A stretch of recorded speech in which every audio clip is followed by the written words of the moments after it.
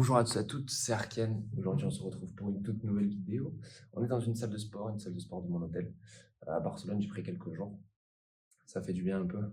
Surtout que, pour ceux qui ne le savent pas, j'ai de nouveau un compte 100K. Je l'ai finalisé. Mais alors, juste pour ceux qui ne le savent pas sur la chaîne, on avait aussi un compte 100K en décembre dernier, sauf que on avait fait un peu nimp.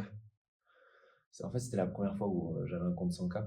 J'avais déjà expliqué dans la vidéo, mais il y avait de l'euphorie qui rentre en jeu. J'avais quand même 2-3 cas de payout.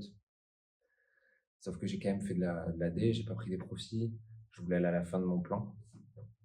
Ce qui m'a coûté au final pas mal de frustration. Ce qui m'a amené pendant plusieurs semaines à être dans une situation délicate où en fait tu te retrouves à être dans une course contre toi-même pour te prouver que tu es en capacité de régénérer ces 100K ou régénérer ce payout que tu avais. Et après, c'est le mécanisme de la perte, hein. Le mécanisme de la perte, tu te dis, bon, putain, j'étais à 3-4 payouts, faut que je revienne à ce niveau-là. Donc, en fait, tu commences à prendre des trades qui sont à des probabilités pas si intéressantes que ça. Tu commences à trader plus que tu ne le faisais auparavant parce que vu que tu cours après le marché, t'es pas en attente de ce qu'il peut te proposer, des différentes opportunités. Et ça, c'est un des gros problèmes, malheureusement, psychologique que tu as, c'est d'aller essayer de chercher, toi, par ton travail, les opportunités. Alors qu'en réalité, il faut faire de la préparation, il faut travailler en amont. Mais justement, c'est le marché qui vient à toi et qui te donne ces opportunités-là, et non pas l'inverse. Et c'est vrai que c'est très contre-intuitif comparé à des tafs normaux, j'ai envie de dire, parce que plus tu en fais, plus logiquement tu vas être mieux payé ou plus tu vas progresser, etc. Alors oui, plus tu en fais, plus tu es mieux préparé, plus tu auras de probabilité de réussite sur tes trades, ça c'est vrai. Mais il faut quand même sélectionner ces trades et donc éviter de faire des trades de manière trop fréquente. Et ça, c'est un axe d'amélioration que j'ai toujours, hein, mais que j'ai beaucoup moins comparé en décembre, où cette course était effrénée et en fait, tu es là, tu vois, tous les jours, il y a des opportunités en soi. Si tu regardes le marché, tous les jours, il y a des opportunités, que ce soit sur n'importe quelle unité de temps. Bon, mis à part peut-être des unités de temps importantes, mais ce que je veux dire par là, c'est qu'il ne faut pas les chercher, les chasser. Il faut vraiment définir des zones sur lesquelles tu attends le prix et vraiment qui pour toi te donnent des probabilités vraiment importantes. Et après, patienter jusqu'à que le marché te donne raison et arrive dans ta donne. Et si ça part sans toi, ça part sans toi. Mais, et ça, c'est vrai que ce concept-là est très important pour détenir et pour avoir un compte FTMO, puisqu'en fait, il n'y a plus de limite de temps. Donc, en fait, vous avez cette possibilité alors qu'auparavant, il y avait une limite de temps. Donc, vous avez cette possibilité-là, en fait, de juste préparer vos zones avec la plus grosse probabilité, en sachant qu'il suffit de un seul, deux, trois trades pour au final faire ton moins. Donc, ça sert à rien de se presser. Mais ouais, du coup, je disais, être en capacité d'être out du marché, donc d'être vraiment en dehors et d'être patient et de dire, bon, là, il part sans moi ou il y a trop de volatilité ou autre. J'attends cette zone-là pour vraiment être dans le sens de mon plan. Ça, c'est vraiment le plus important. Et je pense que c'est un truc que pour la plupart, il faut travailler. C'est cette capacité à être out du marché sans se dire qu'on passe à côté d'opportunités. Et ça, c'est quelque chose qui est malheureusement très dur. Et pour beaucoup, ils vont voir en fait, par exemple, la réussite d'un compte FTMO comme une finalité, alors qu'en réalité, le but, c'est pas d'avoir le compte FTMO, c'est de le tenir dans le temps et d'arriver à se faire des payouts de manière régulière. Ce qui n'a pas été mon cas en décembre et ce qui, j'espère, va être le cas dans les mois qui suivent. Donc, je vous ferai suivre dans tous les cas les différents payouts que je vais faire ou les différents échecs, hein. Le but de la série, la prépa, c'est que ça fait 1 an et demi, 2 ans qu'on est sur ce type de format. Et j'en ai eu des échecs et malheureusement, beaucoup arrivent à la fin de la course en te disant ouais, c'est super, putain, c'est incroyable comment t'as fait ou des trucs comme ça.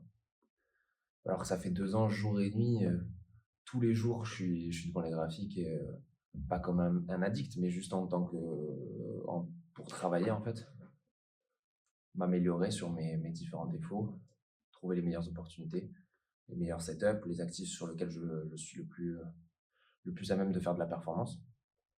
Et donc, ce concept-là d'être out du marché, c'est un des concepts primordiaux par rapport à ça. Le deuxième concept, du coup, dans l'idée, ce serait que ça soit pas la course, en fait. Que ça soit pas une course vers le compte FTMO, parce que c'est pas du tout la finalité, le compte FTMO. Quand vous l'avez, oui, vous pouvez l'avoir une semaine sur le compte FTMO. Hein. Vous faites 2-3 trades à 4-5 RR. En une semaine, ça peut être plié sur de l'intraday ou des trucs comme ça. Mais ce que là, c'est que c'est pas viable. C'est pas viable parce que votre risk management, il est pas opérationnel pour tenir dans le temps. Et c'est pas viable parce que ça va affecter votre psycho. Et en fait, à faire des sprints tout le temps, en fait, vous perdez la course contre un mec qui est linéaire mais qui progresse, quoi. Et je sais que c'est dur parce que moi, j'ai déjà été dans cette étape-là. Mais vous voyez, entre décembre et avril, il s'est passé quand même 4 mois. 4 mois pour détenir ce compte FTMO, c'est quand même quelque chose qui est quand même assez long. Et, euh, Et, et voilà, je pense qu'il faut passer par là pour prendre le temps et savoir quels sont les setups et qui ont le plus de probabilité pour vraiment avoir une progression qui est crescendo et qui sera viable aussi quand vous aurez votre compte FTMO. Parce que quand vous aurez votre compte FTMO, il faut savoir que le but étant de faire des payouts tous les 15 jours, tous les mois, pour commencer à se rémunérer et en faire vivre de ça. Tu vois.